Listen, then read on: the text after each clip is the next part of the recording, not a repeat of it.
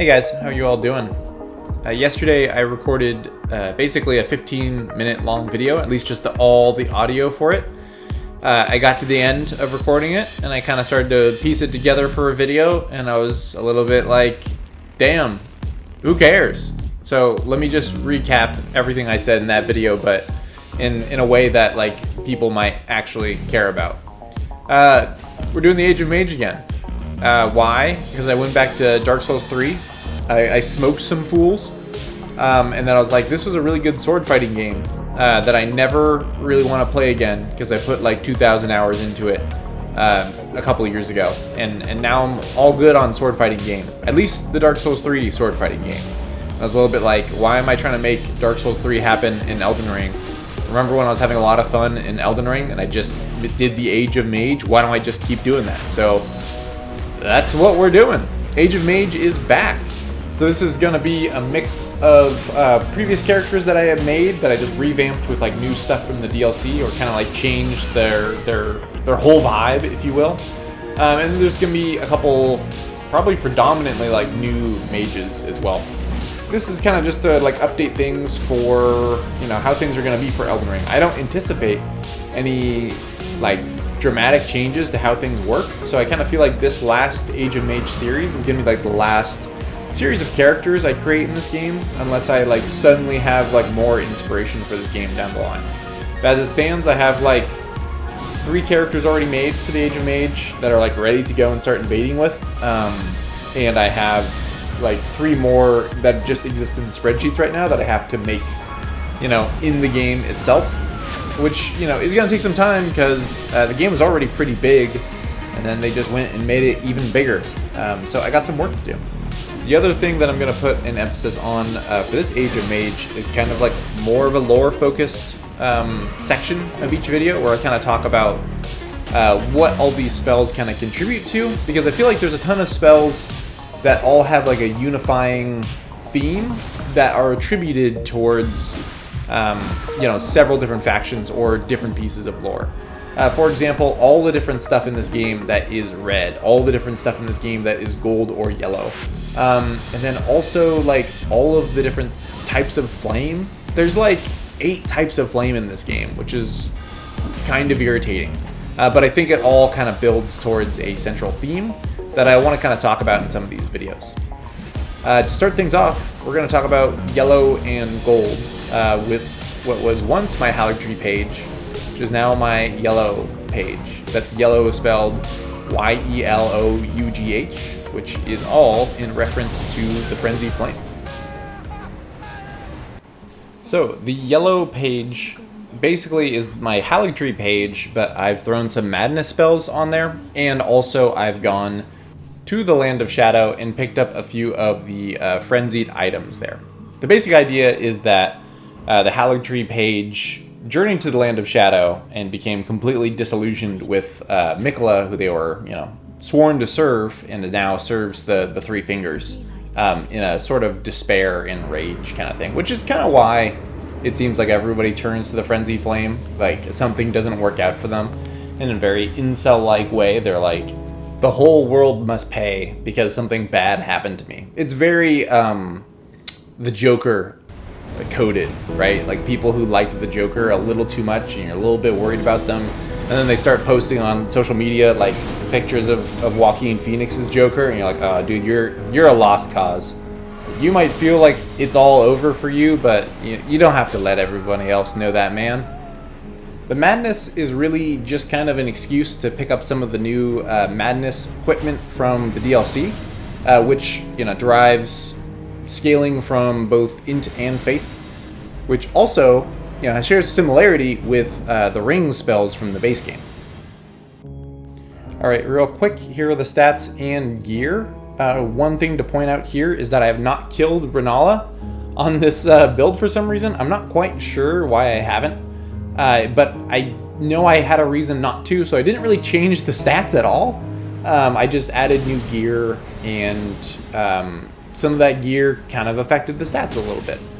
When I really need to use different gear, I can always use Godric's Rune because I am playing in Seamless Co-op, or I can just drink my Physic. So that is always something that I kind of have in my back pocket. But As it stands, pretty much the same stats, but just slightly changed up spell order and gear from this last iteration that you probably saw a little while ago.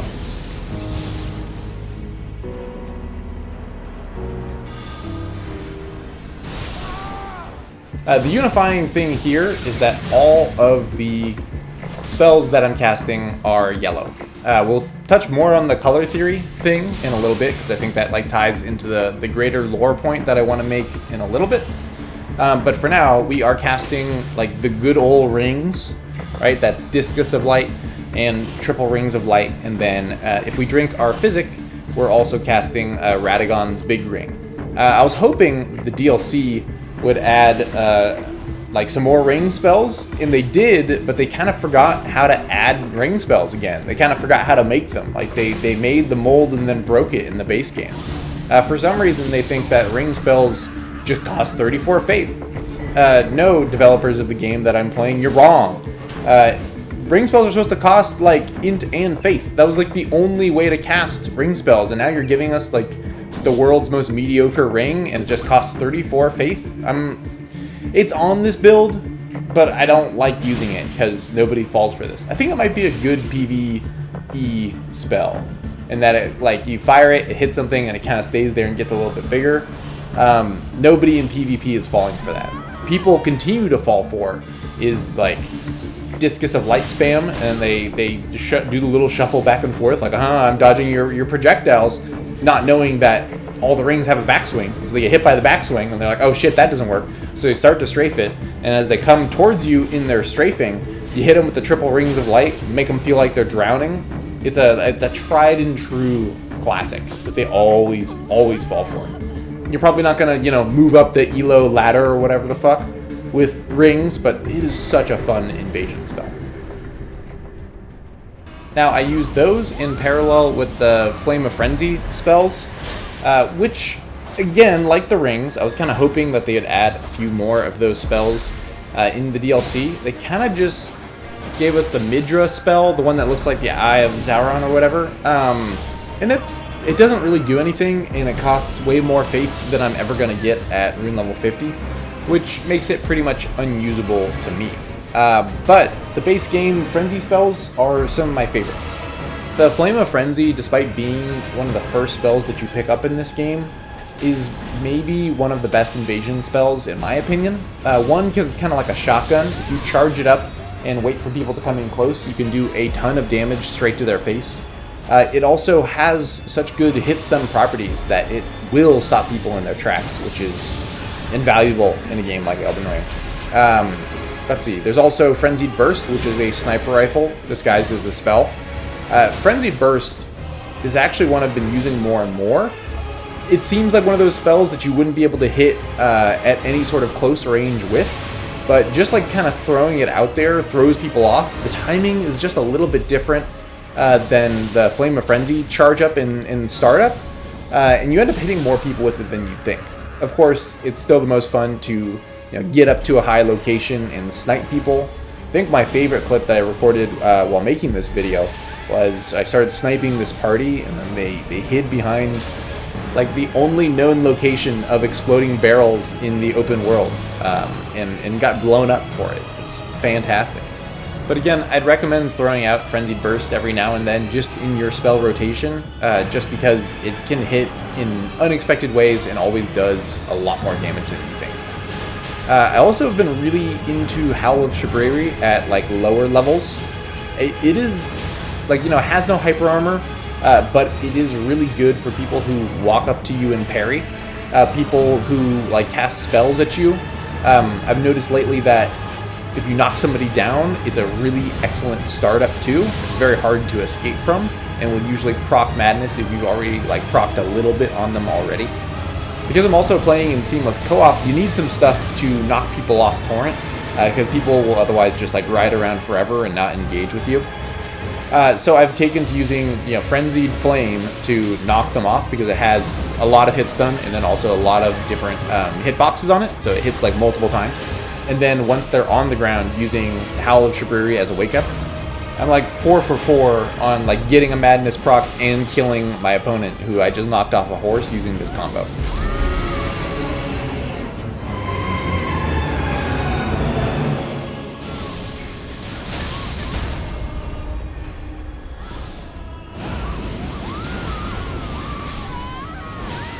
I'm realizing as I'm recording this that I haven't talked about a single thing from the DLC yet, outside of like my dislike of the new ring spell that they added and the new frenzied spell that they added.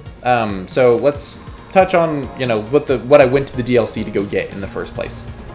I got the Frenzied Flame perfumes, which I find to be surprisingly honest. I remember when I found this weapon in the Frenzied Forest, or whatever the fuck it's called, I was like, oh, this is a nightmare. Like, how could FromSoft let this happen? And it's actually fairly well balanced. Perfumes are kind of hard to hit people with, and they don't have a lot of hit-stun properties to them.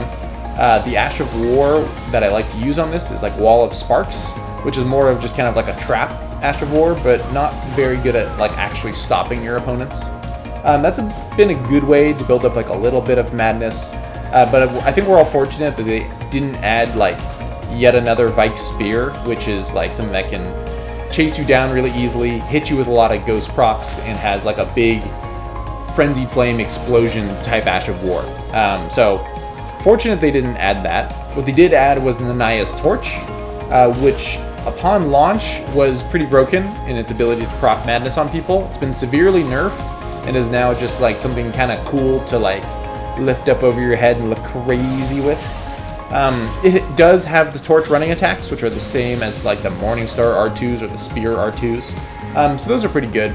I don't spend a lot of time attempting to proc madness with weapons on this build though.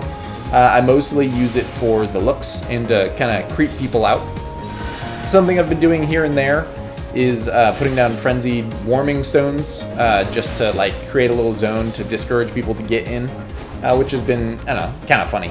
No like serious use of the frenzied warming stones, and then I think there's the frenzied flame stones that they add in the DLC, which are also, in my opinion, purely cosmetic. You can't really hit anyone with it. When you do put it on the ground, it kind of fires off in random directions, and if it ever does hit people, which I don't really have any good footage of, it doesn't seem to build up a lot of madness on them.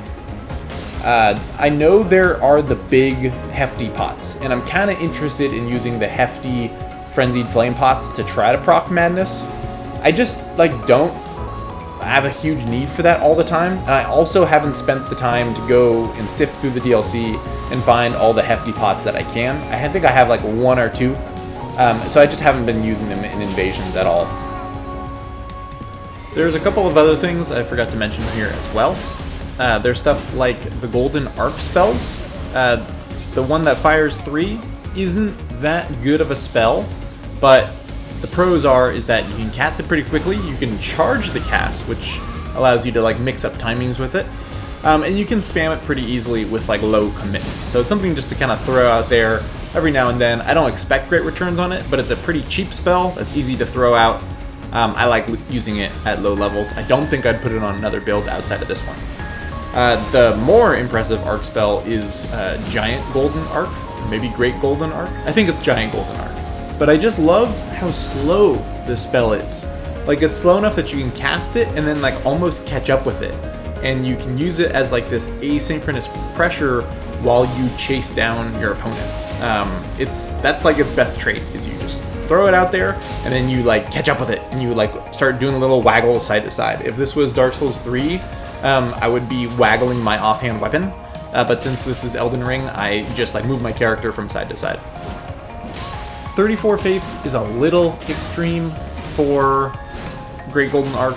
I am considering either taking out the big new ring that they gave us and replacing with maybe Wrath from Afar, but I think I might have another build that I want to put that on. We'll see. I've been seeing a couple folks like Yelough have been getting just immense returns on Wrath from Afar. It actually might be an interesting one to throw in between Flame of Frenzy and Howl of Shabriri, because if you can knock folks down and then stand over them and start the cast for Howl of Shabriri, that would be pretty neat. So I might consider putting that in the future. 34 Faith is pretty steep, and it's especially hard to hit at rune level 50.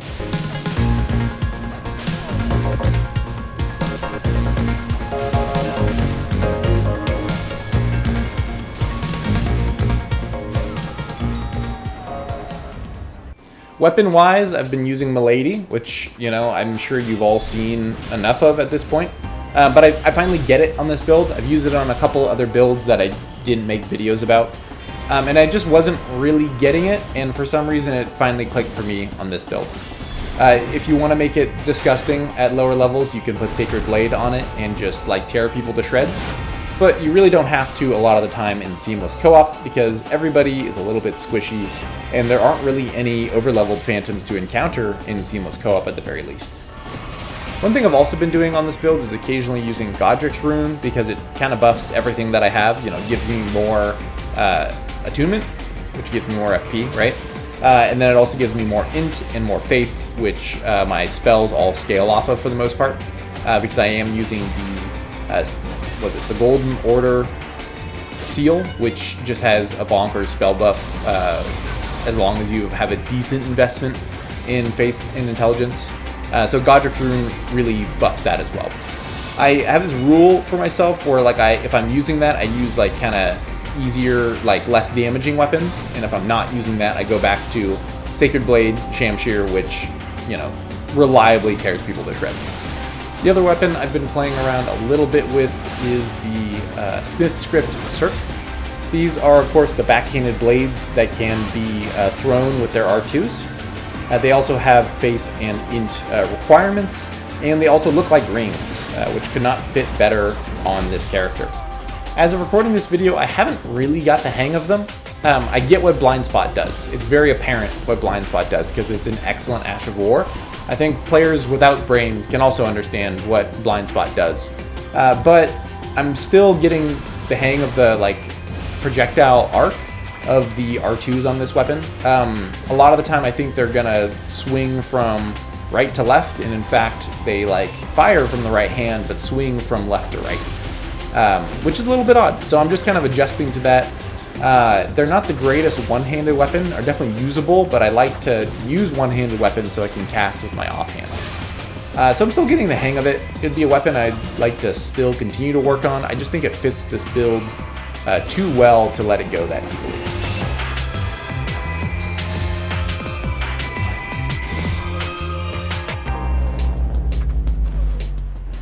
There's one other weapon that I've been using quite a bit more recently, and that is the Clean Rot Night Spear. This is not a good weapon in the slightest, but since a lot of the hosts you encounter in Seamless Co-op are, I guess the nicest way to put this is not very good or skilled at staying alive, the Clean Rot Night Spear becomes actually very usable. I love the moveset on this weapon. You know, spears in general have a pretty decent moveset. What I really love about this weapon is its R2 and its Ash of War. Its R2 is that double thrust that I think also the short spear gets. I'm trying to think of another weapon that has this R2, but I'm drawing a blank right now. The Ash of War is purely like a defensive Ash of War, unless you can get the person to roll into you. A lot of Gugs users who haven't figured out that they can crouch and get the rolling attack like to roll into you before they do their rolling attack, so if you can kind of bait that. But often enough, you can kind of just walk towards folks and do this attack, and they will kind of take the bait and roll into it. Because nobody uses this in PvP, and it's a weapon you have to get as a rare drop, and it also is a bad weapon. So most people just don't know what the Ash of War does because they've just never seen this weapon used in their life. I've also been trying to give the Halo Scythe a bit of a try. Unfortunately, one-handed scythes just aren't super compelling in this game, even though they do have decent running R2s and okay standing R1s. They just have like really lackluster R2s and an Ash of War that is really all over the place. I love casting rings, but the ring from the Halo Scythe is really only good at like intermediate to long range. It's just like such an inconsistent, weird firing arc that it like sometimes hits your opponents, sometimes doesn't. And the biggest con to me about this weapon is that it's really only usable against in duels, basically. It's really hard to use against multiple people just because of that inconsistency where like you don't know if that ring is actually going to hit your opponent or if it's going to like just completely whiff and you're going to be sitting there eating a bunch of damage. I did have one more comment that I wanted to make about Seamless Co-op. I've noticed in the last like 3 months, but really even more recently than that, probably the last month or so, parties have gotten better at this game in general. Maybe I'm invading just a little bit more folks who have played Seamless Co-op a few more times or have played through the game a few more times. and then maybe on repeat playthroughs, their builds are a little bit better, or they just understand where to get better gear, and they understand, you know, what's good in this game, what typically works, and that tends to lend itself a little bit better to PvP. You know, if you think about your first playthrough of any of these games ever, you probably made a terrible build, and if you got invaded in that first playthrough of your first Souls game or whatever, you probably got your ass kicked pretty hard.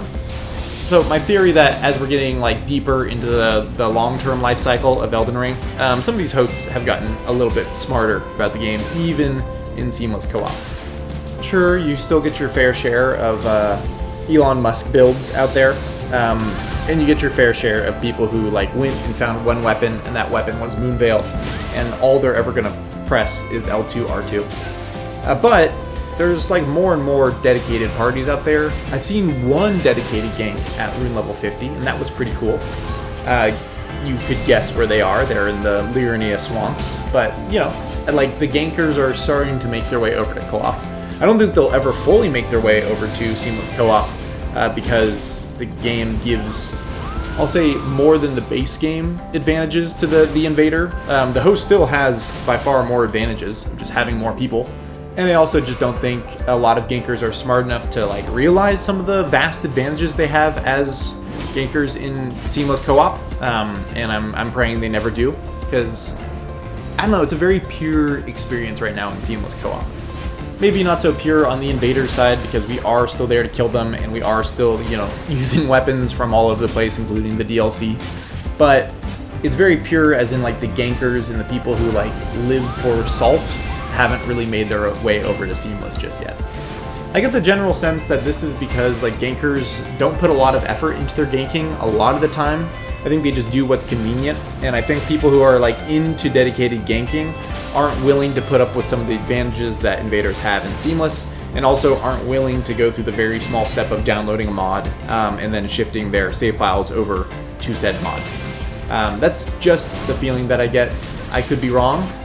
And I'm also very open to people telling me I'm wrong or coming up with their own theories about why this seems to be the case, or at least why this has been my experience thus far on seamless co-op. And fashion-wise, I kind of wanted to keep or like maintain the same like page garb that I was wearing before, so that like if people saw this character, they'd be like, oh, that's a page, and they'd also see my name and be like, oh yeah, that's a page. And you know, I'd never abandon page gaming. It's just like what I'm all about. But I wanted to use something from the DLC that was a little bit new and something that conveyed something about madness or frenzy. And so what I ended up going with was the High Priest hat for a couple of reasons. One, it is gold and white, which fits the rest of the garb that I'm wearing. It also has these fingerprint-like grooves, much like the three fingers have imprinted themselves onto my character. And it also has a ring in the middle, kind of signifying, you know, the rings that I'm about to cast at your face. I also think it's just kind of nice that the hat itself talks, like the item description, talks about disillusionment.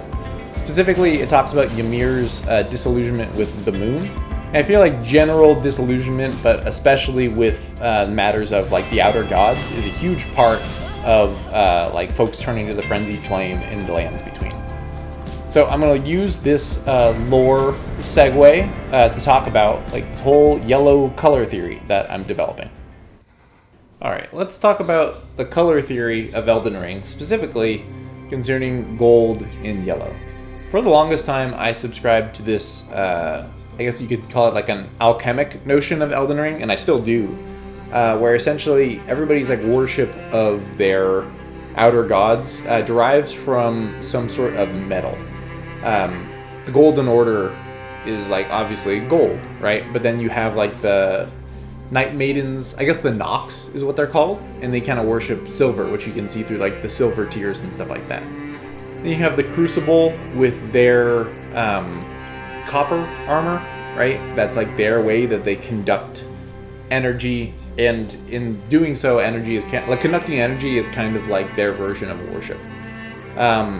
They're all like a medium for which their outer god can conduct energy through them, and it's how their outer gods influence the world. Now, like those kind of all fit into place for some of the major factions, but why the hell is Frenzied Flame yellow. And my theory on this kind of derives from the main point of lore that we get from doing the Frenzied Flame questline, which is that once everything was part of the same, I think, the greater whole, and with that, all these fractures formed that made everything worse. And so the Frenzied Flame kind of wants to melt everything back down to its original form so everything can be whole again. We don't have to have any of these fractures, no more new lives fracturing the greater whole. So you see this yellow color in the Frenzied Flame that's doing the bidding of the 3 fingers, right? But then the 2 fingers is also represented by a yellow faction. I know it's gold, but it's, all their knights and all their banners all display yellow. And I think there's like a yin and yang thing that's constantly happening in Elden Ring, where 2 things can be the same, even though they kind of seem to completely oppose each other. It's kind of like this duality that's a really present theme in alchemy.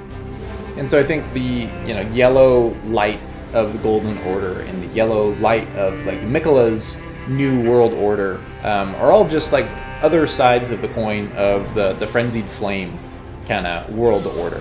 And so the common theme that all 3 of these yellow factions kind of have in Elden Ring is unity. That might seem kind of strange, but Miquella wants to unite everyone under kind of the same charm, right? And the Golden Order needs to unite everyone through conquest and then stagnation, right? They don't want anything to change after that.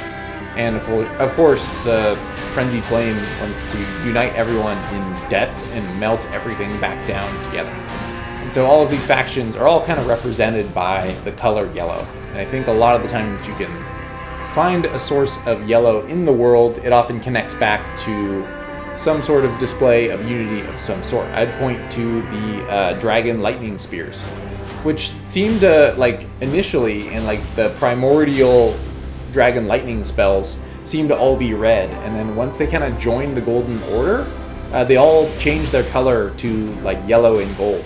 And I also think it's interesting that America comes from this culture that was totally overrun by people who worshipped also gold, right? Their goal, I guess, was to achieve divinity, but the way they did that was they, put these people into pots and melted them down into each other to try to achieve divinity that way, which I guess is another form of fucked up unity. Whenever I talk about Elden Ring lore with folks, it's always kind of this discussion where some people get a little bit annoyed with it, and they're like, this is just lore salad. And it really kind of is, in that there's all these things that have these links to each other, but it can be really frustrating in that none of them concretely say these are the things that link to each other. You're kind of just left with this really, really broad scope of a bunch of different ideas that all have ties to each other, and you kind of have to derive your own theories and notions and general ethos about the world through those connections. But if you're gonna look super, super close at things, it just all doesn't really hold up together. I know that's really frustrating for some people, but as somebody who likes stories and ideas that are a little bit more abstract, I kind of like this. I've grown to like this. There's still some mysteries that I'd really love to know about Elden Ring that we're just never going to know because they're done making content for this game. For example, why are Radagon and Marika the same person? What advantage does that have? What purpose does that serve towards the main plot? Never answered. What was Marika's original sin that, basically caused her entire line to be cursed, which is a plot line we've seen before in Bloodborne, etc. In Bloodborne and all of the Dark Souls games, right? But for Marika, they're just mentioning this original sin that kind of screws things forever. But we don't know what that original sin was, So there's a couple details I'd love to know, but I kind of have to remind myself of just you got to take a step back and see, just look at things from a bigger picture. And it tends to make sense if you kind of squint your eyes a little bit and make everything a little bit blurry. So that's about all I wanted to say for this character. I'm having a ton of fun with it. If you have any ideas for what might go well with this character, any things that have to do with rings or madness, And if you're thinking about madness and you type in my comments, why don't you try out Vike's Spear? Leave my comment section, motherfucker. Anyways, that's all from me, guys. Thanks for watching, and I'll see you in the next one.